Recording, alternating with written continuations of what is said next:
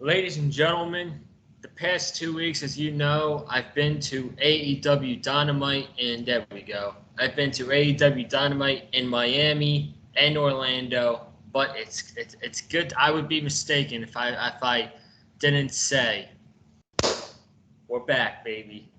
We're back. Wednesday night reviews. We even got Cameron Johnson on the set tonight because it's a big night. It's the return of Wednesday nights. We're going to bring on our Rampage extra guests as well. Cameron Johnson's. We got him, and we got Wesley Williams on tonight as usual for Wednesday nights. Um, Tonight we had Dynamite live from Boston, Massachusetts. We're 3 weeks away until Full Gear. We're getting that build to the Full Gear pay-per-view. We got a lot to talk about tonight, so I thank you all for joining. Cam, how are you doing tonight? What did you think of Dynamite tonight? I thought it was a great show tonight I from thought Boston. I thought this was an excellent episode of Dynamite, man. I thought Dynamite this week was excellent. And I don't think there was a single weak point on the entire show. I can't pinpoint a single weak thing on the entire show. Everything on tonight's show had purpose. Everything on tonight's show had purpose. It had meaning, and I think it had something. And then I think this episode has something for everybody. If you're a fan of great technical wrestling, you had that in the open with Punk and Bobby Fish. If you like a good wrestling, if you like a good pro wrestling promo, a good pro wrestling segment, you had that with MJF, Darby Allen, and Sting. If you like a good beatdown, you had that with John Moxley and MJF. You had that with John Moxley, not Moxley and MJF, excuse me, with Moxley and Tendon. If you like comedy, and if you like comedy in your wrestling, you had that in the main event. So I thought AEW tonight did an excellent job of rounding everything out tonight. I thought tonight's episode was excellent. I thought this was an excellent episode of Dynamite, man. How are you doing? I'm doing very well, man. That was a stellar episode of AEW Dynamite tonight. Like Cam said, it had a mix of so many different things that a lot of wrestling fans can enjoy: comedy, in-ring work, promos. I mean, you had it all. And we're getting that big final build for Full Gear. Got a few more weeks left until we get to that November 13th date for Full Gear in Minneapolis, Minnesota. We got a few matchups announced for the card at Full Gear that were made tonight that we will get into as we get through the review. But man, excellent episode, man. I always enjoy myself watching Dynamite. We're back on Wednesday nights again, man. No more preemptions, none of that anymore. Wednesday nights from here on out. And then, of course, when they move to TBS in January, that will be the dagger. That'll be the dagger right there. No more preemptions. Every single Wednesday night, AEW Dynamite live from 7 to 9 in my area. And Tony Khan did announce it's going to be live in all areas, West Coast and beyond. And so that's excellent news there, man. And I just gotta love Wednesdays, man. You gotta love Wednesdays. Can't complain at all. Absolutely, man. I don't want to be like the bearer of bad news bad guy here, but like, isn't Rampage staying on TNT? It is, yeah. So we got March Madness coming up in March. I do think we'll have a feeling that Rampage is not going to be on Fridays during the March Madness because TNT does March Madness. We'll see. Well, once we get closer to that, we'll probably see what happens. But for Dynamite, yes, Dynamite is going to be on Wednesdays here on out consistently. And we're going to talk about tonight's show here on the channel. Before we start everything, I just got to say thank you all very much for the past couple weeks, the support and on the channel with like being interest and watching the vlogs and commenting on the vlogs. We had 3 big vlogs the past 3 weeks. I went to a football game, and then of course I went to 2 Dynamite shows, and I completely blew my voice out at both shows. So I thank you all for the support very much. It means the absolute world to me, and me and Nathan cannot wait until we get back to another AEW show in the future. And of course, we'll vlog it here on the Big Fight Field channel. But as of right now, we're back reviewing Dynamites on Wednesday night, and it's amazing. And we're gonna start the review off tonight with CM Punk and Bobby Fish, which opened up the show. And this match happened when Bobby Fish faced off against Anthony Green on Saturday at Dynamite, and CM Punk came out and said it's Anthony Green of all people. So that's how this match came about. I thought this was a slow but very good match. Very good technical match. I liked it. Bobby Fish working the knee over CM Punk. It looks like Bobby Fish is going to be a heel in AEW, which I'm okay with whatsoever. I'm okay with. He's nearly a guy, like we've said this a couple times. He's a guy who is going to be there to make a match better. He's a great veteran backstage. He's going to make his opponents look good, and he's going to be in the Matt Sydal role that he's in right now in AEW. But he had a very good match with Punk. I would say, though, out of all of Punk's matches so far in AEW, this is probably my least favorite. I'm not saying this was a bad match or anything, but I really thought the other matches stood out to me instead of this match tonight. Punk got the win. About 13 minutes with go to sleep, and that had a weird finish because it looked like Bobby Fish kicked out. I think Bobby Fish kicked out after 3, and he probably thought it was 2. So that's probably a mistake on his part. I really wouldn't consider that as botch. Even if it was a botch, I wouldn't say it was that critical because, it's not really that bad. The match was very good nonetheless. And CM Punk won. CM Punk wins. This was his first match on Dynamite since he's joined AEW. All of his matches have been at All Out, and the other 3 matches have been on Rampage. So this was Punk's first match on Dynamite tonight. And I'm interested to see what he's going to be doing at the pay-per-view. As of right now, Punk's in no feud, and he's got no match at Full Gear. So we will see what he's going to be doing at the pay-per-view. We're going to start off with Cameron Johnson's thoughts on the match. What do you think CM Punk is going to be doing at the pay-per-view? And then we'll go to Wesley Williams. I thought this is a good opener. I thought this is a good opener for Dynamite. I really did enjoy this match. I liked Bobby Fish working over the knee, and when it came to the finish of CM, I know a lot of people. I know a lot of people were not really a fan of the finish. They thought it was a botch. With Bobby Fish kicking out of the with it looking like he kicked out of the GTS. I actually liked that. And I'll tell you why. The entire match, Bobby Fish was working over the knee of CM Punk. So I liked the fact. So I could actually buy into the fact that when CM Punk went to hit the GTS, maybe he didn't hit it. Maybe he didn't hit it all the way, or maybe it didn't have as much impact since Bobby Fish was working over the knee. I kind of did like that a lot. If I could change the finish to this match, I would have had Punk win with the Anaconda Vice instead of the GTS, since he was getting his knee worked over. Since he was getting his knee worked over for a majority of the match. But that's probably just me nitpicking. I thought this is a fun way to kick off Dynamite. Really good match between Fish and Punk. Probably the weakest match CM Punk has had since going into AEW. I think it's interchangeable with this match and the Will Hobbs match. Neither one of those matches were bad. It's just, if we're looking at it objectively, these would probably be towards the bottom, and there's nothing wrong with that. There's nothing wrong with that. In terms of what CM Punk does at Full Gear, I thought they were building towards CM Punk and Ricky Starks. I thought they were building towards that match, but it looks like they've kind of gotten away from it now. So what does Punk do at All Out? Not All Out, but what does Punk do at Full Gear? I don't know if you guys saw the picture of the notepad Tony Khan had. The notepad Tony Khan got leaked when he was at the Jaguars game, but it looked like on there Punk and Wardlow was set up. So I don't know how they're gonna get. the Punk and Wardlow. I mean, you do have the Punk and Darby connection there. But I don't know how they're gonna get to Wardlow. But I don't know what CM Punk does at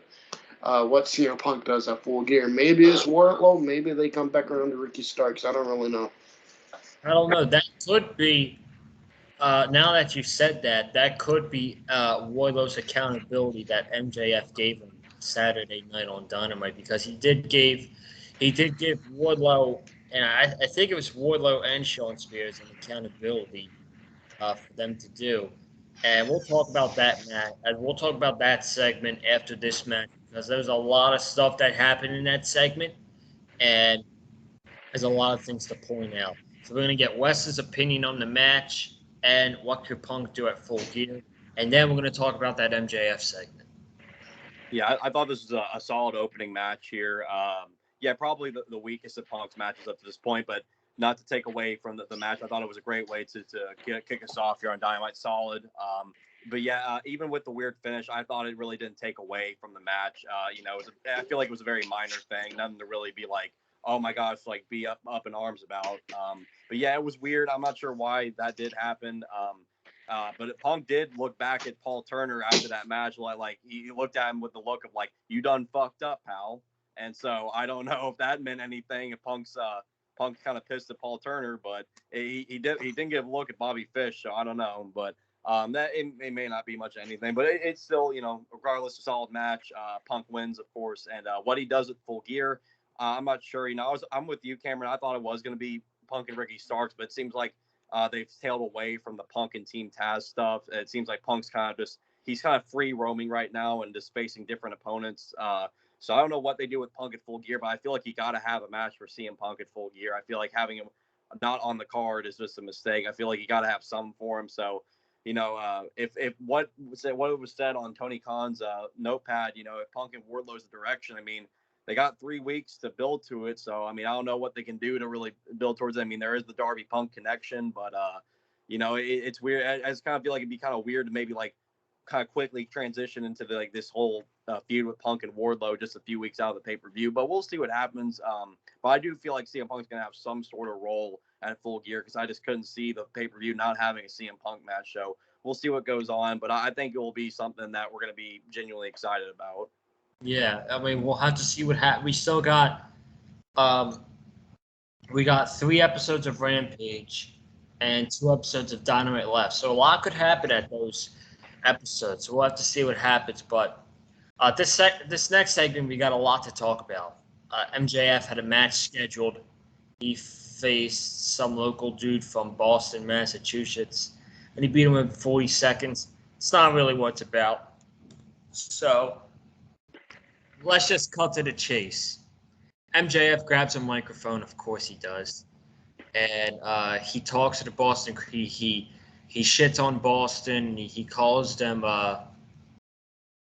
fat woman slobs or whatever, and he's roasting Boston. And and here's the thing: when MJF was making jokes and laughing and all that stuff, did y'all realize when Spears and Wardlow was out there, Spears was cracking up with MJF, and Wardlow was just standing there, and he found none of this funny. I did not notice that, but I like that, man. I'm telling you, I did not notice that, but I did not notice that, but I like that. I like how they're building the Wardlow MJF split. It's like every week something happens with the Wardlow MJF split, and MJF, and Wardlow, and the day Wardlow finally beats the crap out of MJF and turns on him, the place is gonna go nuts, man. I cannot wait for that. He will be the biggest babyface in AEW, I'm telling you right now. But, yeah, I just wanted to point that out. Second off, he starts talking about how, he's been saying the past couple weeks, he broke Darby Allen mentally. Darby Allen's not showing up to work. And then Grandpa Sting got taken out, and he's not here. So they're in the past, and there's no need to worry about them. So he goes to say, whatever happens at Full Gear between Kenny and Adam, just know I'm in the back. I'm in the back, looking around to see when I can stalk my prey, or something like that. And that's the second thing. Point number 2: MJF looks like he's going to be in the world title picture sooner rather than later. And that night when he wins the world championship is going to be very special. That's going to be a very special night. when he wins the World Championship. And then him and Spears are laughing. Wardlow's just standing there. And Sting's music goes off. And then MJF and Spears start laughing. Wardlow's just standing there. And then they're cracking jokes. And there's a video package that plays on the board with someone with an MJF face on them, like a kind of like a mask. And it's Darby Allen at some bar beating that guy up and body slamming him through a table. And then the lights go out and it's Sting. So MJF runs out of the ring like a coward, and Sting's beating up on Shawn Spears and Wardlow. And then on the outside, Darby Allen sees MJF sees Darby Allen, and MJF runs all the way to the top of the ramp, and he leaves Spears and Wardlow in the ring to get attacked by Sting and Darby Allen. Darby Allen hits Wardlow with a thumbtack skateboard, and MJF just let his guys go and let them get beat up. So, and then Darby Allen got on the microphone and he said full gear, or he said max, and then full gear. So that's probably confirmed for the pay-per-view. We saw this coming. Darby Allen versus MJF should be a great match. Really something I'm looking forward to on the show. And the build's been pretty good for the match so far. So I thought this was an awesome segment because they showed a lot of attention to detail. Like I said, the stuff with Wardlow, MJF teasing that he's going after the World Championship, which is going to happen sooner rather than later. And then the well-executed return of Darby Allen to get his match with MJF at Full Gear. So we're going to start off with Wesley Williams, and then we're going to go to Cam. Yeah, excellent segment, man. I mean, from MJF's promo work to berating the complete Boston crowd. I'm surprised he didn't bring up the Red Sox at any point since they were eliminated from the ALCS. So I was thinking he was going to bring up the Red Sox at one point, but you know what? Regardless, MJF completely just belittled the Boston crowd in the best way possible.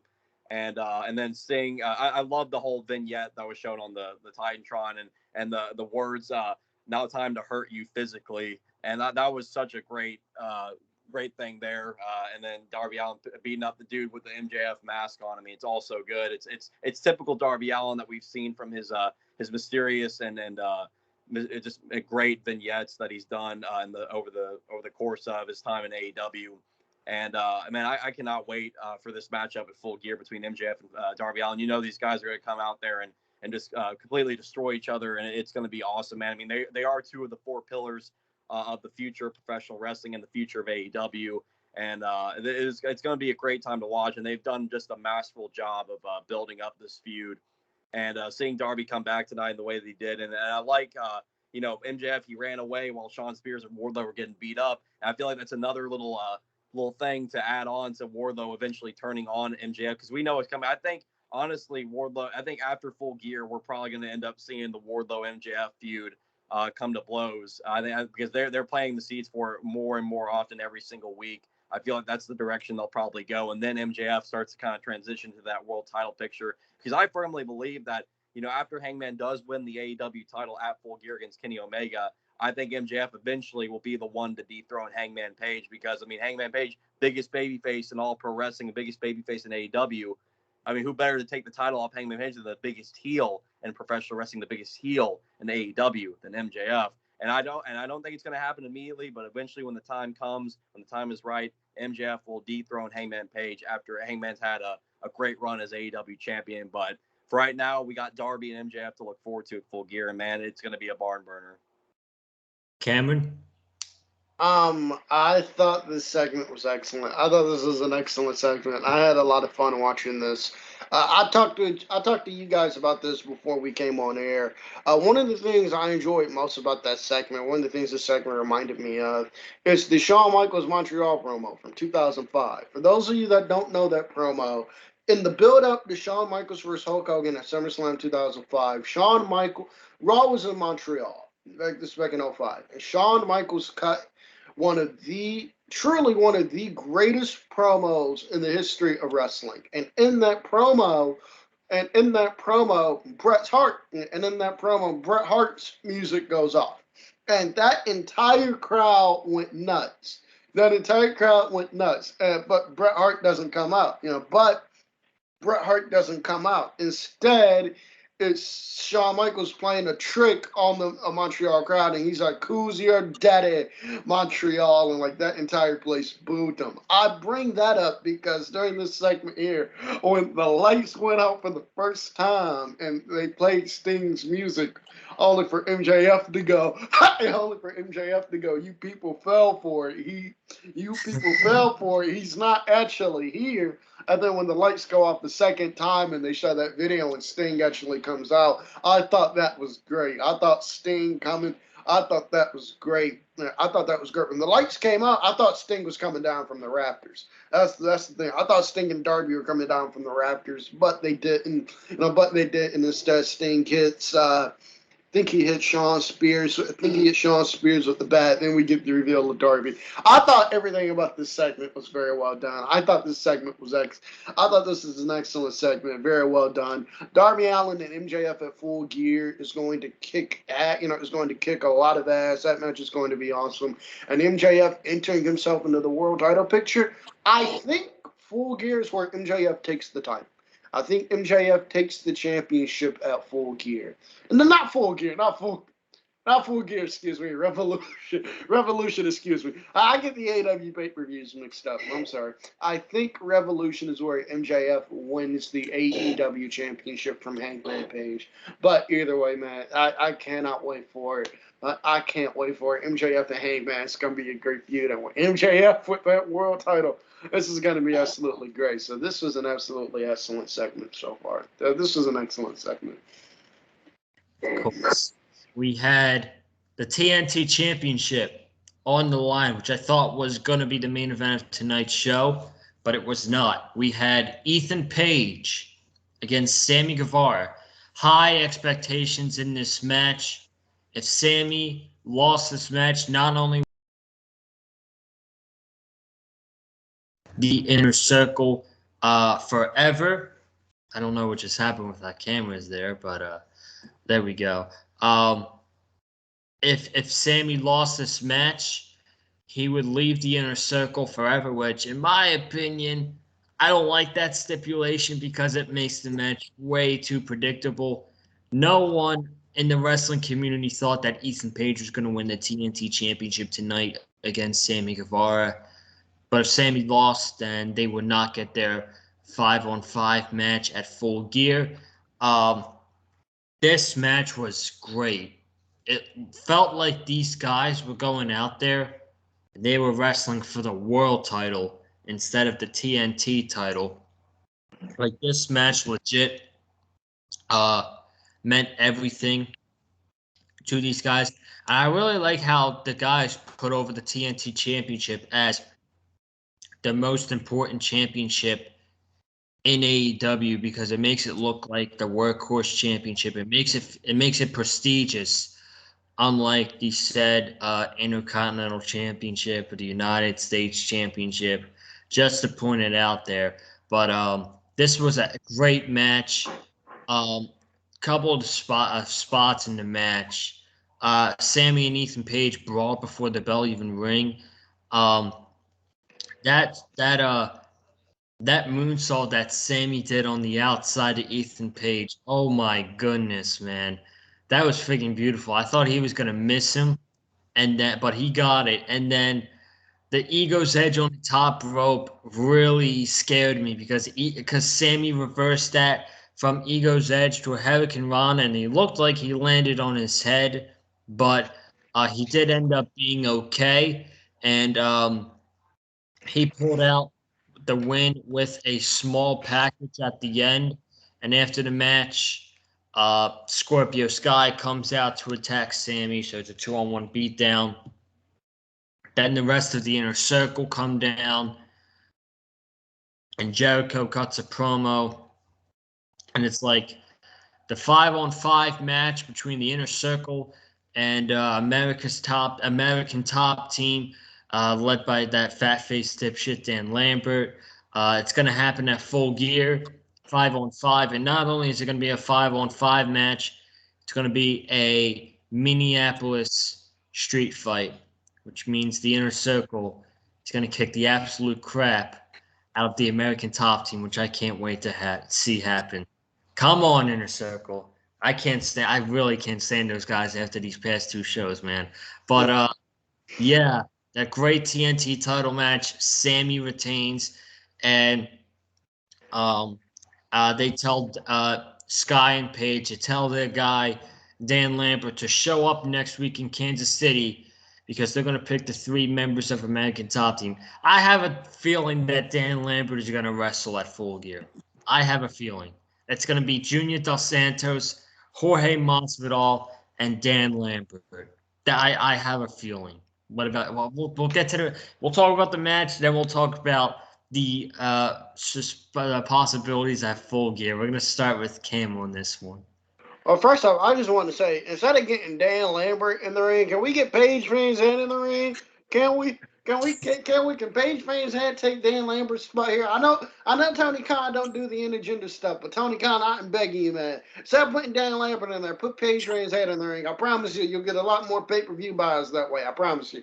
But anyway, I thought this match was a lot of fun. I thought this was a lot of fun. Sammy Guevara has been killing it so far as the TNT champion with the matches he's had so far, and the TNT titles continues to build up a great legacy, continues to build up a great prestige by having absolutely banger matches out there. Ethan Page, I think, is severely underrated. I don't think people understand how good Ethan Page is. I don't think people understand how good Ethan Page is. I see a lot of hate for Ethan Page online, and I really don't understand why. I really don't understand why he gets a lot of hate online. Ethan Page is great. Ethan Page is fantastic. He's very underrated. I thought this match with Sammy. Was a lot of fun. And I'm with you, Joseph. I can't stand when they add those stipulations. I cannot stand when they add those stipulations to the match. If this guy loses, he must leave this group forever. He must leave this group forever. I cannot stand when they do that. To me, it just makes it way more predictable. I don't think anybody thought Ethan Page had a shot in hell at winning the TNT title. And if you did, I don't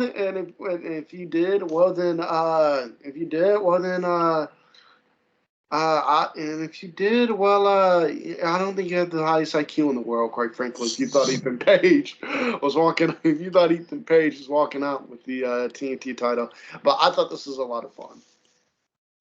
Wes? Yeah, great stuff from both Sammy Guevara and Ethan Page in the TNT title match. Yeah, I mean, Sammy pulling out just some of the craziest high flies. I mean, his Spanish fly is so beautiful, man. We got to give credit to his Spanish fly. He makes that Spanish fly look like the most graceful thing in the universe. I mean, got to give Sammy G credit on that. But it was a very predictable match. We knew who was going to win. But I thought for, what Sammy Guevara and Ethan Page brought to the table tonight, I thought they did a superb job.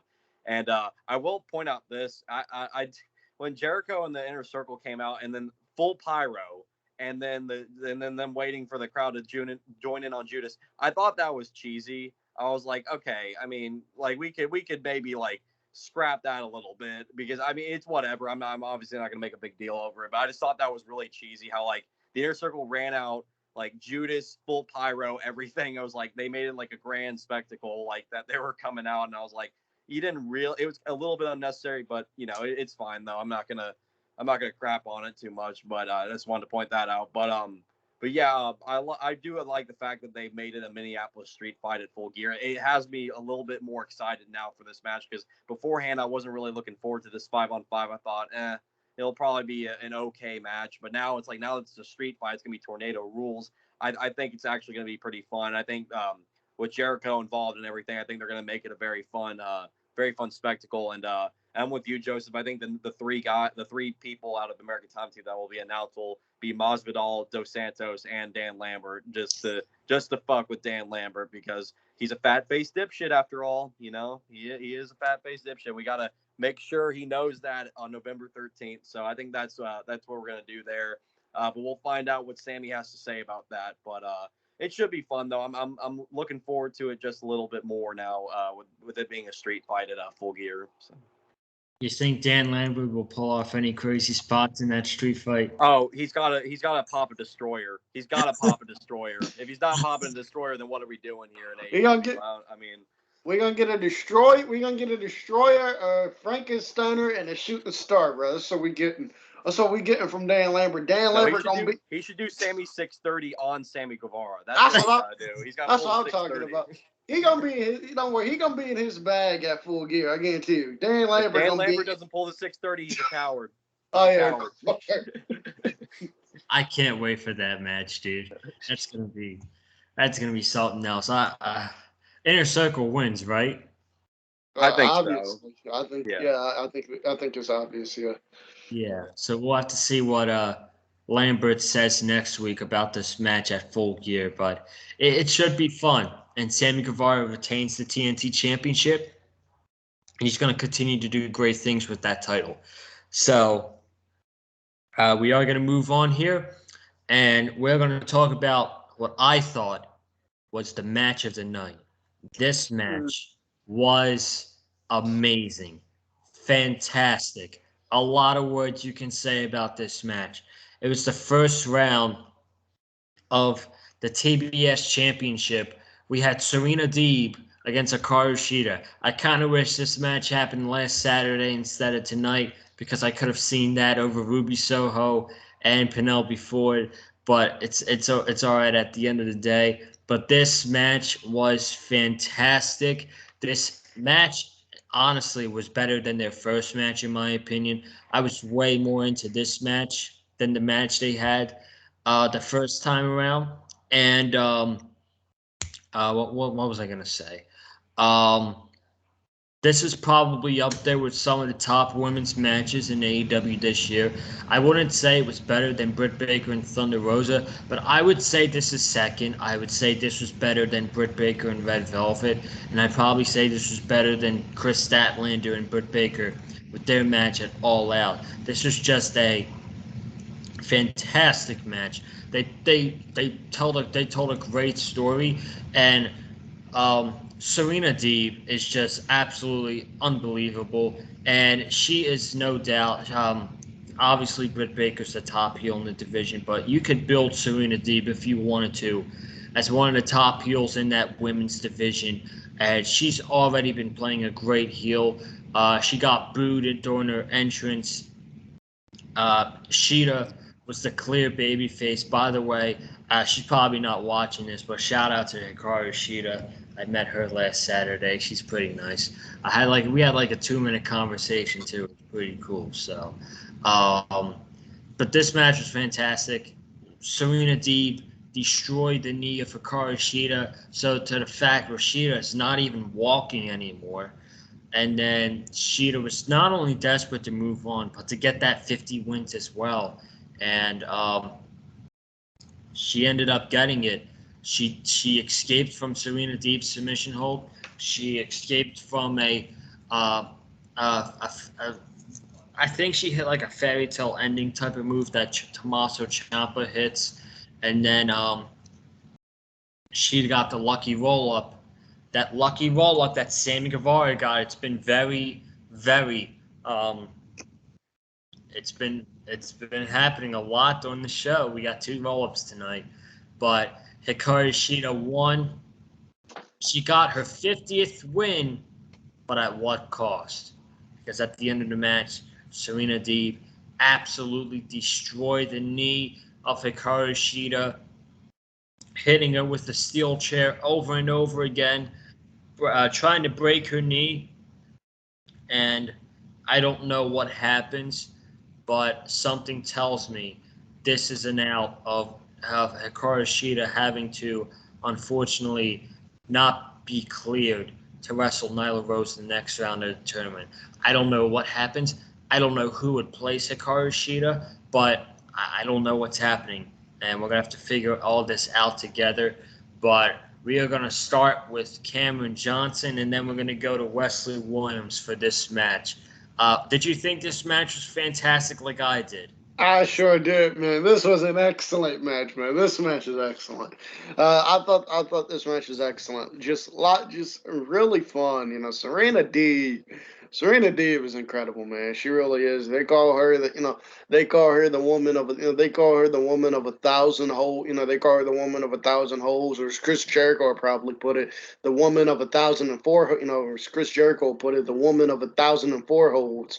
The woman of 1,004 holes. She's absolutely just fantastic, man.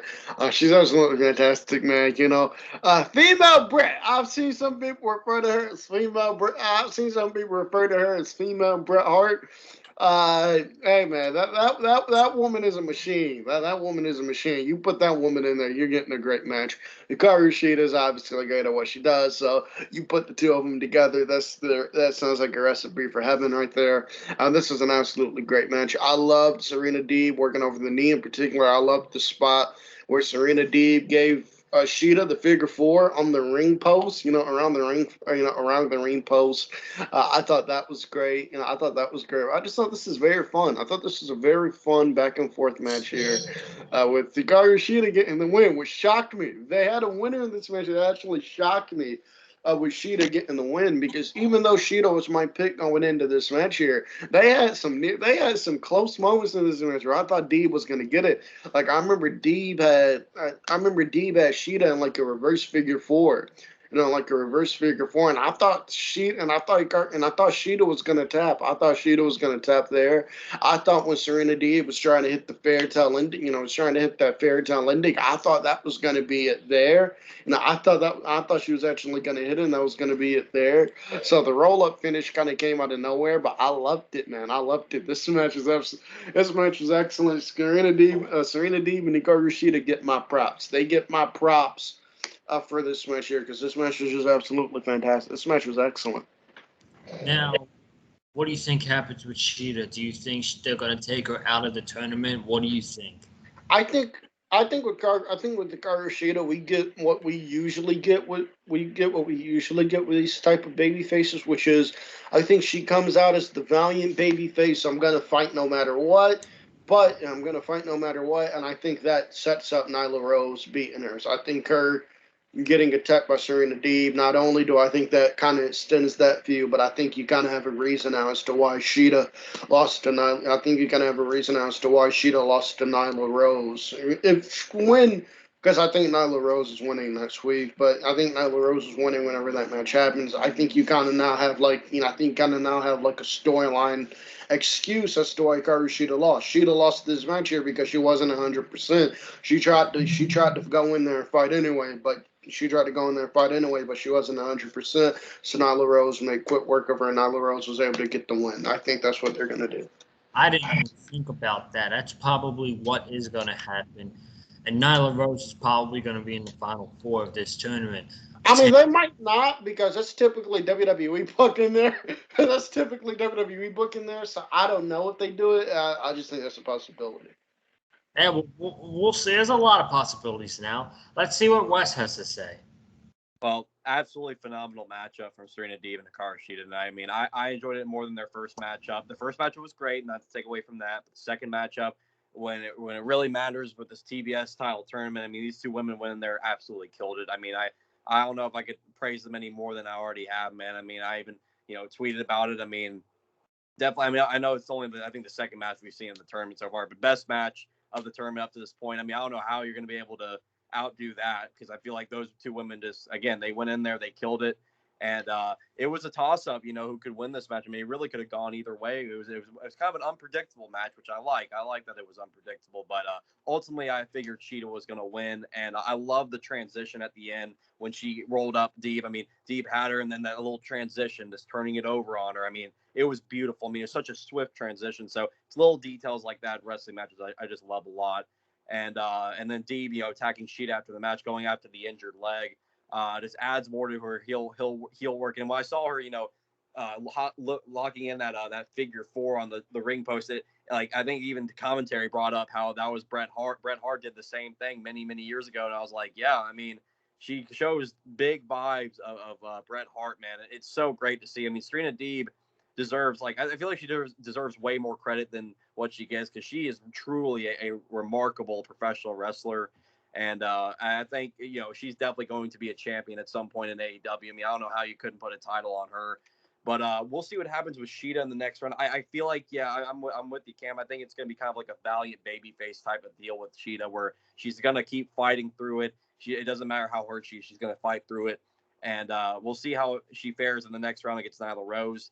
It might end up costing her, or she could be just a true underdog in all this, and she battles through it and maybe advances in the final four. We'll have to see what happens. But man, I mean, just watching this match, man, I mean, AEW is doing women's pro wrestling right, and it's so great to see. I mean, the women, this is what we want to see out of the women all the time, man. I mean, I wish other certain pro wrestling companies would follow suit, but they clearly don't give a crap.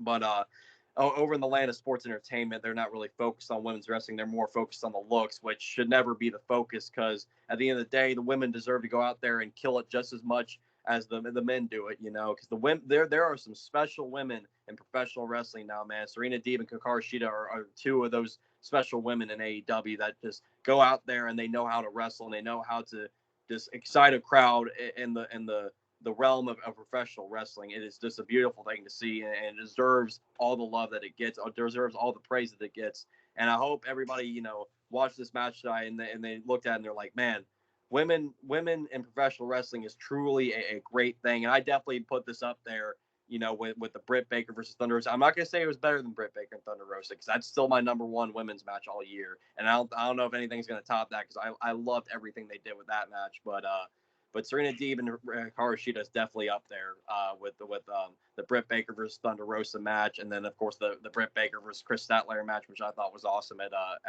All Out. But yeah, man, I mean, just phenomenal job by the women tonight. So do you see Sheeta advancing to the next round against Nyla Rose?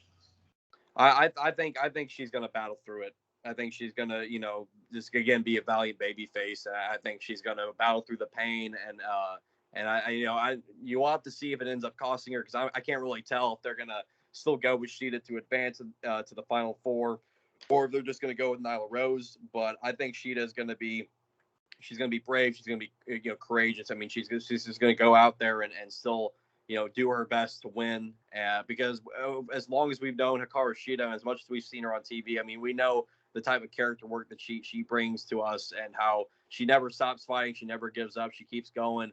And it's part of the reason why we love Hikaru Shida so much. She's a great baby face. And what it's going to be interesting to see how the next round plays out with her and Nyla Rose. Yeah, absolutely, man. I hope she wins. I hope she beats Nyla Rose. So I don't mean to pardon the flow of the AEW Dynamite review, but there's something big that happened today that I completely forgot to bring up, and I think you both know what I'm talking about.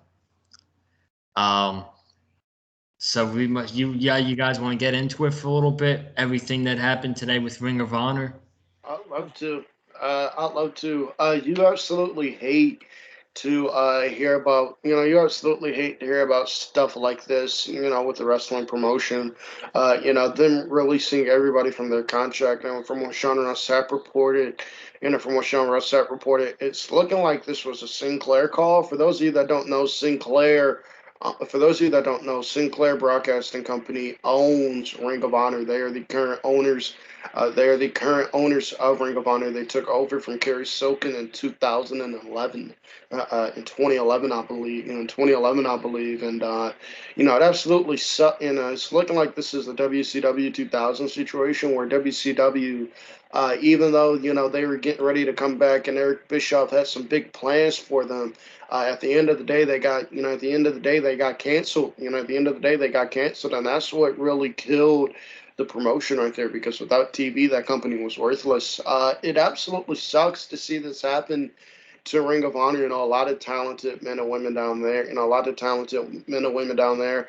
Whenever a pro wrestling company goes under, it is a terrible thing for the wrestling business. It is an absolutely terrible thing for the wrestling business, unless the promotion just doesn't give a crap about its performers.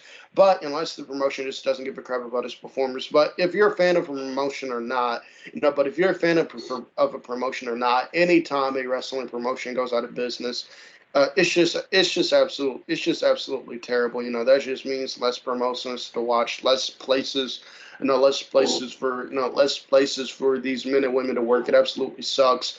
And this sucks for Ring of Honor, because with Ring of Honor, I first got into Ring of Honor in around 2014, 2015.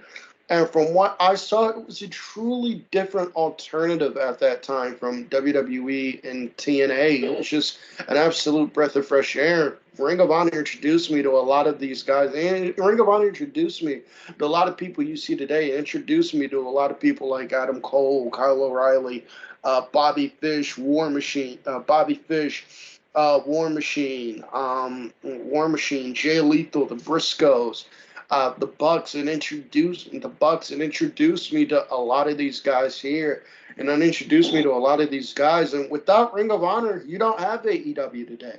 I think that's fair to say. Without Ring of Honor and those guys, you don't have AEW. Without Ring of Honor, I don't think you have CM Punk, or I don't know, CM Punk and Bryan Danielson go on to be as big as they became without Ring of Honor. Same thing with Samoa Joe. It just absolutely sucks, man, what's happening over there. I hope this isn't a situation of where they're going out of business and they're able to bounce back from this. And they're able to bounce back from this, but it absolutely sucks. I hate to hear, but it absolutely sucks. I hate to hear, but I have the absolute confidence in the world that all the men and women that that if Ring of Honor goes under, all the men and women under contract in Ring of Honor that won't be there anymore. They're going to have no issue finding work. I don't think they're going to have any issue finding work. They have an extremely talented roster over there, an extremely talented group of guys over there. But it absolutely sucks. It absolutely sucks. You don't want to see this happen to any wrestling promotion in the wrestling business. If you're a wrestling fan, you don't want to see this happen to any promotion. Yeah, I do feel bad for the talent over there. I know there's a lot of young talent as well that are developing and getting ready for that big next step in that company, and now they're without a company right now. And I'm not worried about the experience guys. I'm not worried about the guys like Bandito and Roosh and Jonathan Gresham, because those guys are awesome, and they will find companies to work for like that, because of how good they are. Um, I tweeted out. I don't know if right now is a good time to talk about it, but but I would love to see Jonathan Gresham in AEW. That's just an example. But I feel bad for the young guys that have been developing, working their ass off, and now they're without a job now, and it sucks, and they're gonna have to go somewhere else to train or find a school or something like that. And for the young guys like that, that's just a really bad situation to be in, and that's what I feel bad about.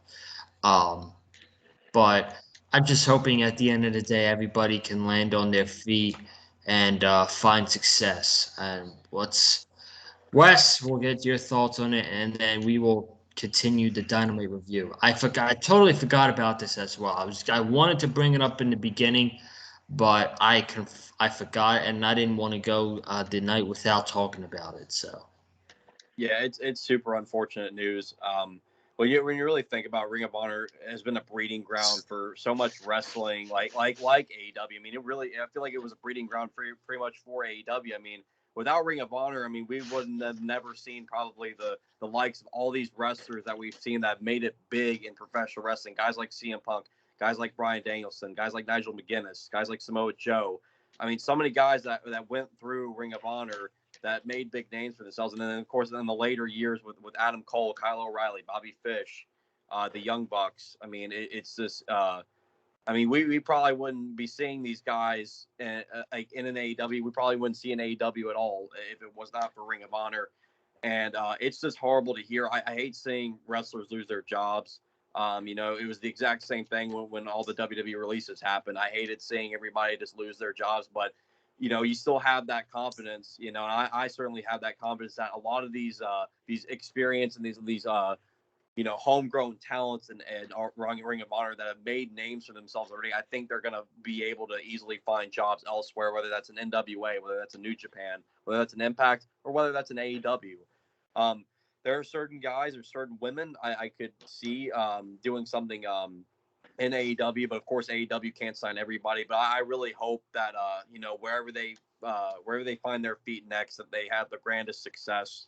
And it really seemed like, from what I was seeing on social media, that Ring of Honor was starting to kind of make, or starting to have a little bit of a momentum on their side for a little while. Because during the pandemic, I mean, they weren't around, they weren't doing anything, and then they came back and they started doing pay-per-views again. They had this women's tournament and everything, and it was all looking pretty good for Ring of Honor for quite a while there, from what I was seeing on social media.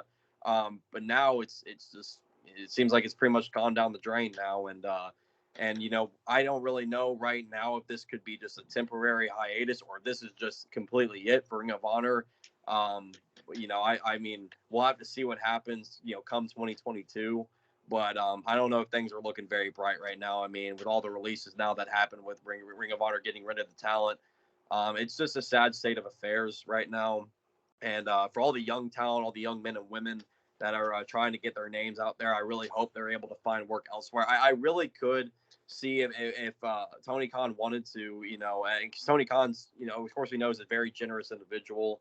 I could see him maybe giving a shot to maybe some of these young men and women on like AEW Dark or AEW Elevation, at least just letting them get themselves a bit of an established name. They don't have to sign with AEW, but at least get their names a little bit more out there, because when you're on Dark or Elevation, it helps your status grow a little bit as a professional wrestler, as a bigger name, and it gets other companies to call you up and be like, hey, I think we might want you to come try out over here. We want to give you a shot over here. So, that's why I love about AEW Dark and Elevation. It's why I watch it constantly, because I love seeing new faces on there. I love seeing, talent to, come in and start to kind of make names for themselves. I mean, we've seen the likes of Powerhouse Hobbs and Anthony Green and guys like that that have come through. Sky Blue, and even the women, Sky Blue and Red Velvet and Kylan King. People like that have come through AEW Dark and Elevation that have, helped establish their names even more, and it's opened up more eyes on themselves and their craft. And so we'll have to see what happens. But I'm hoping and praying everything works out okay. It's just again, it's very unfortunate. You just don't want to see that happen to anybody, and it sucks that it happened with Ring of Honor that's been around for so many years, and again, it has been a breeding ground for so many of the wrestlers that we see today. I mean, again, like I said, we probably wouldn't be seeing the CM Punks or the Bryan Danielsons or the Samoa Joes. We wouldn't be seeing guys like that today, I feel like, if it had not been for Ring of Honor. And so, we're going to have to see what happens going forward, but I'm praying for the best. Yeah, absolutely. So just want to talk about that for a little bit. It's a big topic of discussion of the day. A lot of people were talking about it on social media, and thoughts. We're just hoping everybody can land on their feet at the end of the day. So we're going to talk about Dynamite. We're going to get back to talking about Dynamite, and we had Jon Moxley versus Preston Vance of the Dark Order. And I might have said this on the Rampage review last Friday. I don't remember. But this tournament is about one thing and one thing only. And that one thing is Jon Moxley turning heel. And we've seen that against Wheeler Yuta. And we saw it in his promo this past Saturday, and we saw it even more tonight. I think tonight was the biggest tease that this guy is going to be going heel very, very soon. He went in there, and he absolutely kicked the shit out of Preston Vance. He left him in a bloody mess, a complete bloody mess, just biting and tearing his mask off, consistently throwing him into the ring post, punching him in the face a bunch of times, and then a paradigm shift, and he was out. Preston Vance was out. This match was like 2 minutes. Exactly what I expected it to be, a very, very short match, and Moxley walked right back into the crowd where he came out from, and he's not even you guys know how he comes out to his Wild Thing song, and he's like kind of like standing with the crowd, taking the moment, maybe dancing to the song a little bit with like his shoulders or whatever. He's not doing any of that anymore. He's just going to the ring, taking care of business, and walking back. And I think the same thing is going to happen next Wednesday when he faces Orange Cassidy. So, Wes, what do you think, man? Yeah, Moxley was not messing around tonight. Went in there completely obliterated 10. I mean, left him a bloody mess in the center of the ring, man. And I mean, if that doesn't tease more that he's turned in heel, then I don't know what does, man. Moxley's not messing around at this point. This is a different side of John Moxley that we're seeing. And it's going to be really interesting to see how everything plays out between him and Orange Cassidy when they face off in the next round. But I figured, Moxley was going to be winning this. I thought it actually would have been a little bit more of a competitive match, but Moxley just straight up went in and just destroyed Preston Vance, and now he's going on to the next round to face Orange Cassidy, which is going to be, again, it's going to be very interesting to see. I do believe Moxley's making it all the way. I mean, we saw what happened with last year's AEW World Title Eliminator, how that was pretty much setting up Kenny Omega's heel turn. And now we're seeing it happen again, but this time around it's John Moxley with the heel turn being set up here with this year's AEW World Title Eliminator. So, it's definitely it's definitely an enticing watch, that's for sure. And I think once we do officially get heel John Moxley, man, it is going to be a very special treat, because I feel like, I love Moxley, and of course he's still super over and everything, but it seems like he has gotten just a little bit stale as a face. So I feel like this change in character is like not super needed, but I like that they're changing it up though with them. And Moxley, I mean, as just a vicious, no nonsense heel where he's just going to come out and just kill you. I mean, I'm all for it, man. I mean, Moxley, as we know, is already no nonsense as it is as a babyface. Him as a heel is going to be even more dastardly, and I'm looking forward to seeing how that all plays out. Absolutely, Cam. I hope Preston Vance is doing okay, and I hope I hope Preston Vance is doing okay. My prayers go out to that brother. Because as I'm watching this match, I went down. Moxley beat the fuck out of him. Moxley beat the absolute fuck out of Preston Vance tonight. Beat the absolute fuck out of him, then he just walked to the back. It's like, Moxley don't get paid by the hour. So he don't get paid by the hour. He got shit to do. So Stone Cold John Moxley. This is a Stone Cold John Moxley get the win tonight over Preston Vance. This was needed, and I hope Orange Cassidy's okay. I hope somebody. And I want to say a quick prayer to Orange Cassidy, because I got a feeling he's gonna get killed. Oh God, Moxley beat the absolute shit. He beat the shit out of Preston Vance. My God. Yeah, this is all setting up for a John Moxley and Bryan Danielson at Full Gear. But now thinking about it, what if they swerved us and we get John Moxley versus Eddie Kingston at Full Gear? And Wow. John Moxley turns by absolutely destroying his best friend. That would be something. That would be something. I can't say I'd be upset about it. I really can't. I mean, that I was actually I had a little bit of a thought about that in the back of my head watching this. I was like, wait, then maybe they could do Moxley and Kingston, but I still had my heart set on Moxley and Danielson. But I mean, Moxley and Kingston would definitely be very, very, very interesting, knowing that these two guys are as close as brothers, and Moxley coming in and just betraying all of that and just turning his back on Kingston and just completely killing the dude. I mean, and making Eddie Kingston the sympathetic babyface. I mean, that I can't say I'd be upset about that at all, man. I think that's another great route to go. But I still ultimately feel like Moxley and Danielson is the route. But if they want to do Moxley and Kingston, you're not going to get a complaint out of me. Yeah, absolutely. So, got a lot to talk about this one as well. We had Cody Rhodes an unadvertised promo tonight from Cody Rhodes. And before we actually get into the segment, I got to talk about that match on Saturday. Great match, okay? Great match. Loved the match. Crowd was super into it. This crowd was firmly behind Malachi Black. But at the end, Cody Rhodes, all bloodied up and whatnot, hits a pile driver on the Malachi, 2 crossroads, and he pins him. Was I happy about the result on Saturday night? Absolutely no. I would have rather seen Malachi Black gone over for a 3rd time and Cody turning heel right then and there. But the story, the post that Malachi Black put out on Instagram the next day, it really, it kind of took all that back and was like, okay, he still won the war. And then people go online and say Malachi Black got buried by Cody Rhodes. I mean, People don't know what, because people don't know what the word buried means. People don't.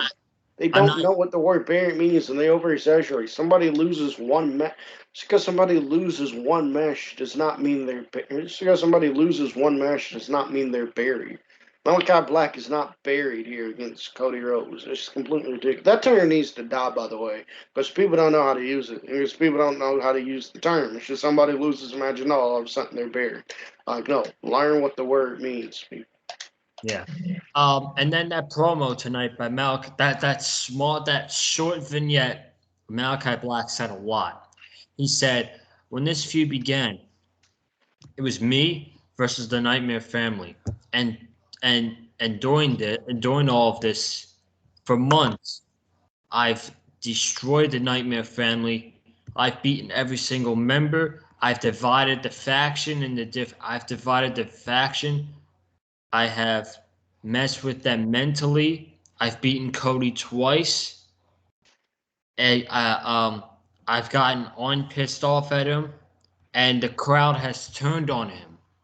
And if you're basing off this feud off of a pinfall, you're sadly mistaken. I love that. I freaking love that backstage promo from Malachi Black tonight.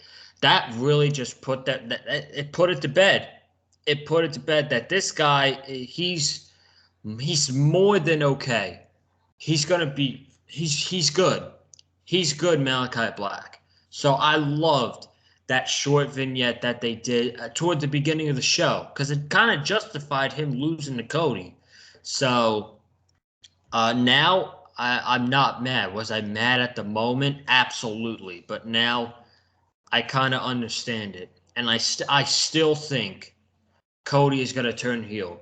Even if he said tonight, I love you guys too much. It's just simple. I'm never going to turn. I want you in my shoes right now. So he literally throws his shoes into the crowd. And he's talking about how he apologized if he's acted Hollywood to any member of the Nightmare Family. And especially Arn Anderson tells him how much of an honor it is standing in the ring with him.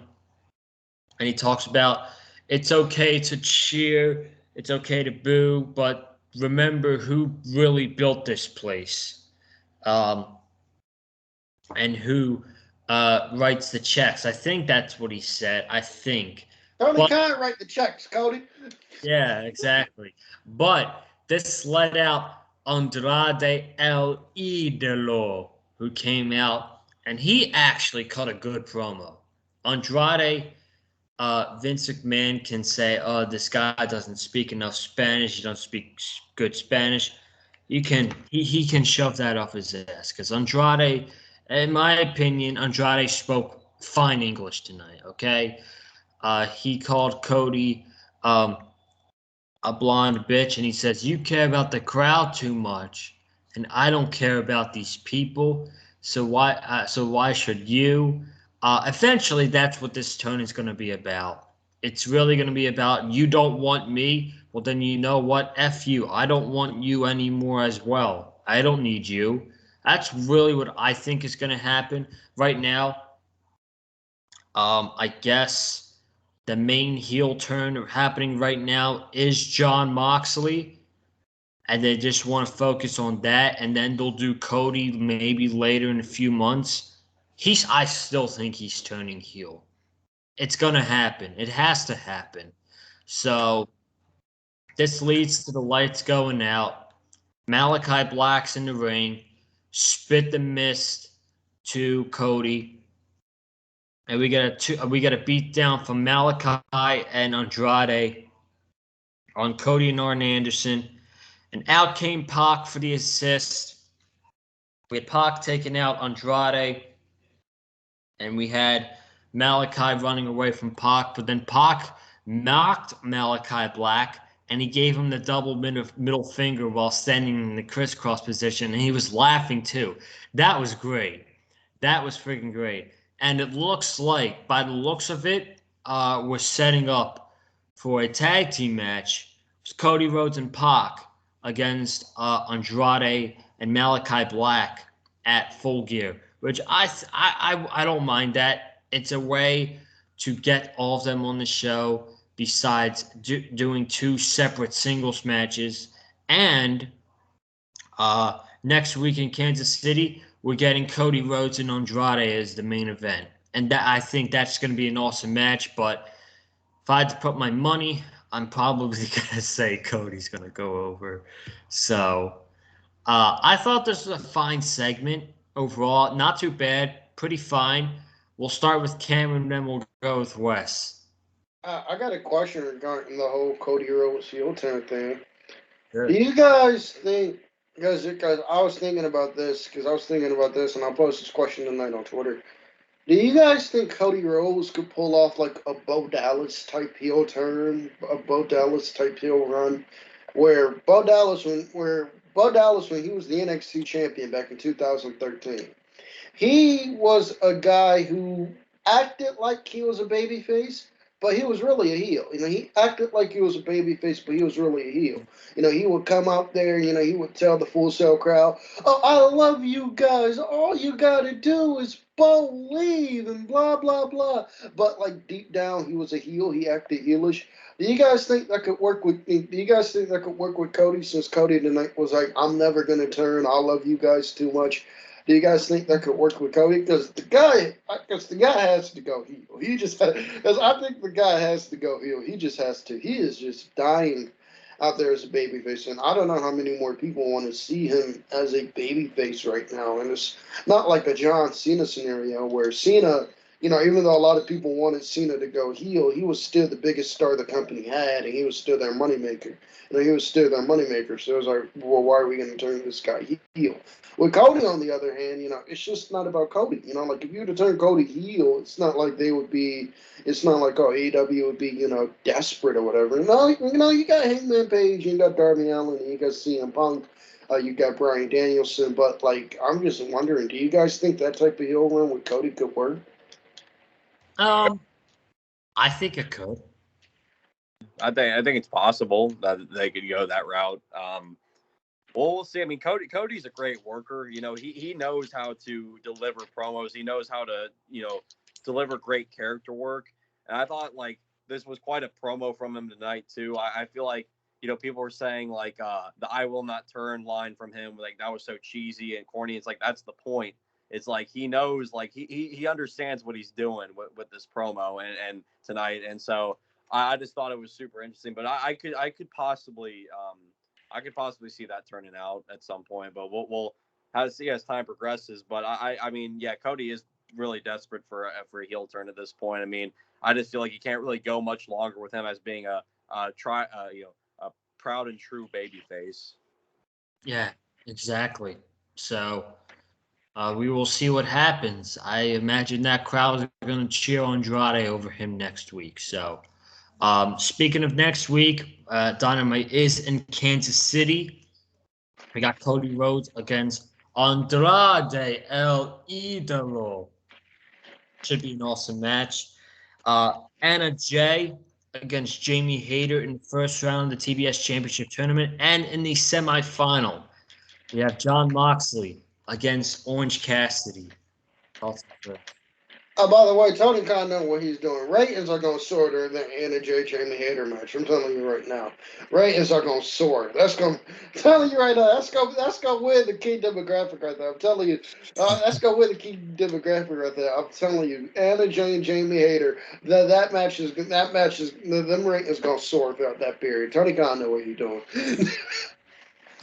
Main event.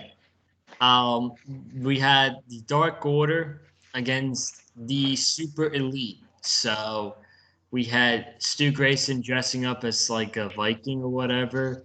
We had Johnny Hungy dress. What was John Silver? He was Bambi. Bambi. Dude was John Bambi. Silver dressed up as Bambi. And by the way, I said this on my vlog, but I'll say it again.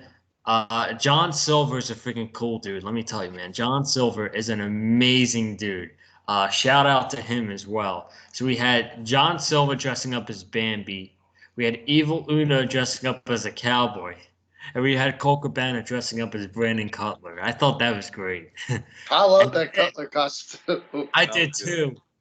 And then the Elite came out as Ghostbusters. How awesome was that? I thought that was fantastic. I mean, there's no way they couldn't have come out as anything else. I mean, it's like the Ghostbusters was like the perfect Halloween costume for those guys. I mean, by far, I think they won the Halloween contest tonight when it came to the costumes. So I'm just saying. Yeah, I agree.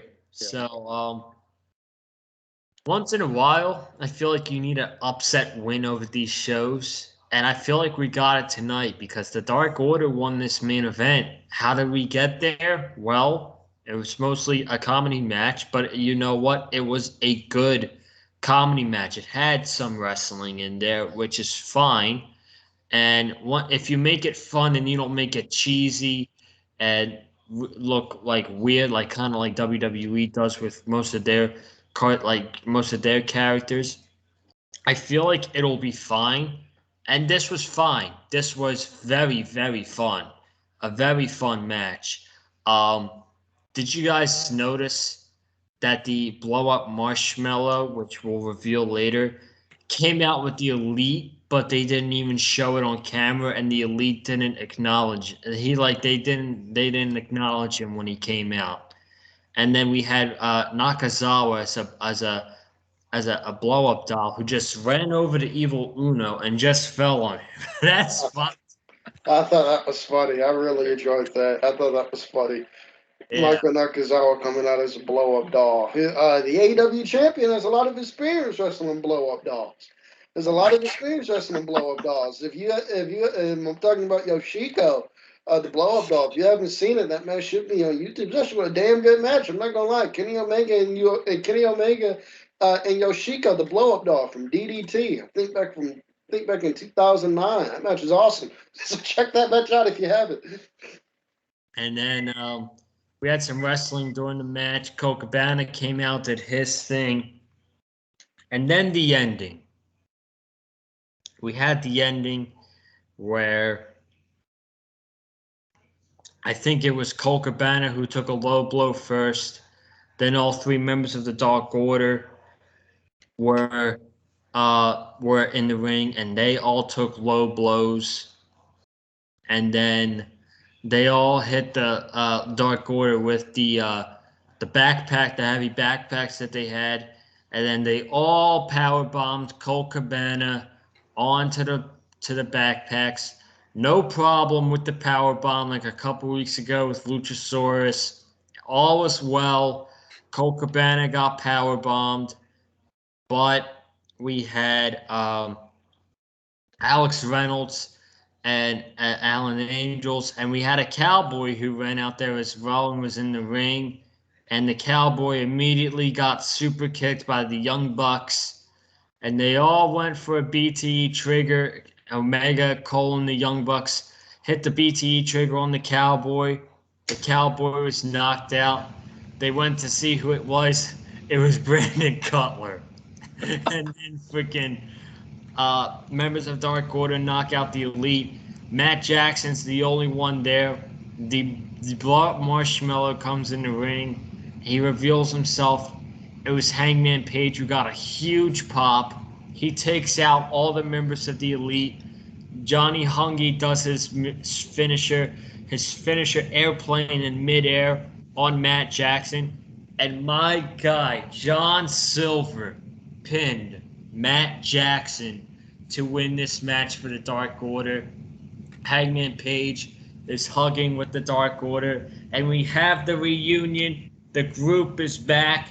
Adam Hangman Page and the Dark Order are back together, and it's a beautiful thing. And you know it's going to be more beautiful when Cowboy shits the world champion in 2 weeks. This was great. We'll hand it over to Russ, and then we'll get Cam's thoughts. This was a really fun main event, like I thought it would. Yeah, this was excellent in the greatest way, man. I mean, it was just loads of fun the entire time. Had a mix, had just the right mix of great in ring work, the Halloween fits and everything. I mean, it was just it was just incredible, and I enjoyed every single second of it. And you know, the Ghostbuster outfits from the Super Elite, this top notch stuff there. I mean, it's like no better Halloween costumes there. Gotta give a shout out to Stu Grayson, man.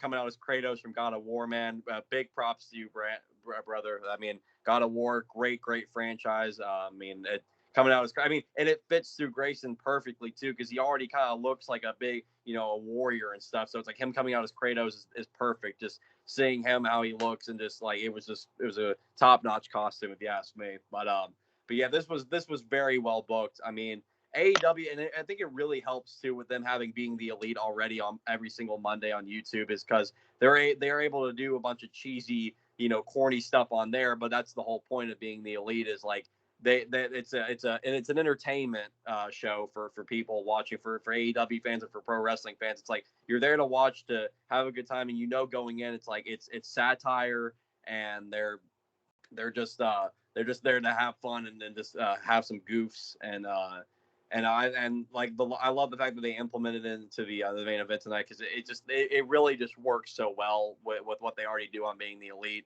And so I thought implementing it with the main event and with Halloween coming up in the next few days, it was just a great way to cap off the show. And of course, Hangman, the reveal of Hangman underneath the Marshmallow Man costume. I mean, just amazing stuff. I mean, it definitely helps Hangman out in his run going into Kenny Omega at Full Gear for the AEW title. So a great happy ending tonight in Boston for AEW Dynamite, and I couldn't have capped it off any other way, man. This was so much fun. I had an excellent time, and I mean, if you watch this and didn't have a fun time, then I don't know what you're watching, man. Because I mean, that was loads and loads of fun. It might have been corny, it might have been cheesy, but it was a lot of fun at the end of the night. Exactly. Cam? If you could not enjoy this match here, and if you could not enjoy this match here, and if you couldn't enjoy this match here, and if you hated this, and if you hated this match here, you hated this segment here, you hate fun. I think that's simple. You hate fun, and you take pro wrestling way too serious. This is one of the things I love about pro wrestling. This is one of the things I love about pro wrestling. It's the silliness of it. It's the silliness of it. I thought this main event kicked ass. I thought this main event kicked ass. This was a lot. This was a lot of fun, and I love the Hangman reveal at the end, man. I love the Hangman reveal. When Dark Order were getting the crap beat out of them, they were sending members from the Dark Order out. I thought, they're sending members from the Dark Order out. I'm all excited. I'm all excited. I'm like, hey, man, I'm like, hey, man's coming out. I'm like, hey, man's coming out in one of the costumes right there. I was kind of confused at first, because when they attacked because I thought Hangman came out on the horse. I thought Hangman came out with the horse head, obviously. So I was confused when they gave the BT tickets to the horse, but when they took it off to reveal, and reveal Brandon Cutler under there, I saw that, and I saw the puffy marshmallow dude behind him. I got so happy, because I was like, that's Hangman, that's Hangman, that's Hangman. And Hangman took the costume off, man. This was a lot of fun. This was a lot of fun, an extremely fun main event. If you could not find anything enjoyable about this main event, if you just couldn't sit back and just at the end of it, if you just couldn't sit back at the end of it and go, what the hell was that? That was awesome. then you don't, then you hate fun. Then you're not a fan of fun. And if you're not a fan of fun, I don't like you because I don't see how you can hate fun. I know Jim Cornette's probably going to blow a gasket over this, but who cares? This is a lot of fun, man. This is a lot of fun. This is what pro wrestling is, man. This was a lot of fun. I love the hell out of this segment and this match. Ladies and gentlemen, full gears approaching us fastly. I'm very excited about that. But we just gave you guys a 1 hour and 20-minute review here tonight. So we hope you all enjoyed it. Thank you all so much for enjoying the review, watching the review. If you have not already, be sure to subscribe to the Big Fight Field channel. Some more content coming up for the week. Might not do a video tomorrow. I was planning on it, but I have a 4-hour class, and the weather is going to be terrible all day throughout the day here in Orlando, so I might not do a video tomorrow. Might do a double on Friday. We'll have to see. Comment down below what you thought tonight's episode of AEW Dynamite live from Boston. Hit the like button if you like what you heard from myself, Cameron Johnson, and Wesley Williams on the video. Follow me on Twitter and Instagram as well at Conlon_Joseph. Wes, where can they follow you on Twitter, man? You already know. Follow me on Twitter at big_Wes18. That is BIG_WES18. I talk about AEW Dynamite every single Wednesday night on Twitter and, of course, on here on the Big Fight Field channel. And, of course, every Friday night I talk AEW Rampage on Twitter. And, of course, on here with myself, Joseph Conlon, and Cameron Johnson, a special 3-man booth edition of AEW Dynamite on the review tonight. I hope you all really enjoyed it. And again, I also want to plug my Twitch. Once again, follow me on Twitch at twitch.tv/WesleyWilliams5. Got 11 followers now on the Twitch stream, so it's really cool to see the channel grow more and more. Trying to get a little bit more variety in there as time goes on. But right now, I'm kind of focusing on what I've been currently working with, playing a lot of Crash Bandicoot. Played more of that today. Very frustrating getting through it. It's becoming more and more frustrating as I play it, and you're seeing a bit of a rage filled Wesley on the streams. But at the end of the day, we're still having fun, and I love doing it, and I love providing entertainment for those of you who enjoy watching video games and enjoy watching playing video games and enjoy watching live streams of other people playing video games. So I'm hoping I could continue to provide you with a lot of fun and a lot of entertainment as time goes on. But yeah, again, that's twitch.tv/WesleyWilliams5. I would greatly appreciate the follow and the support as I continue to live stream some of the best video games there has to offer in the world of PlayStation 4. So and one day I will get a PlayStation 5. I just gotta wait until it becomes a little bit less expensive, because right now I don't think I want to blow over $1,000 on PS5. As great as the system I'm sure is, I'm all about trying to save and spend my money wisely. So, and just do it at the right times. But again, yeah, follow me, follow Cameron, follow Joseph, and Cam. I think it's time for you to plug your socials, my man. Follow me on Twitter at Cam71101. Follow me on Twitter at Cam71101. If you like to talk pro wrestling, or if you like to see me lose my mind over the Pacers, over the Pacers in the NBA. So if that is something that interests you, or you get some good entertainment value out of, follow me on Twitter at Cam71101. And real quick, make sure you subscribe to the CNA podcast, available on all platforms. We are coming back. Episodes are coming. We just have some personal stuff to take. We just have some personal stuff to take care of. So I take a little bit of break. But the podcast is coming back, if that interests you, available on all platforms. Ladies and gentlemen, we will be back Friday night for the Rampage review. And Abaddon Wrestling, so it's going to be a great show on Friday. Oh, yay! I love that. Great times. Hey, it's Halloween, dude. I mean, yeah, sure, it makes a little sense, but hey, no DQ maybe will actually be pretty fun. Who knows? So we'll see. Yeah. It's actually I'm excited for that Kingston Danielson match. Yes, absolutely. Yeah, it's gonna be awesome. So you guys have a good night. All three of us will be back here Friday night for Rampage to talk about it. You guys have a good night. Stay safe, and as always, stay classy.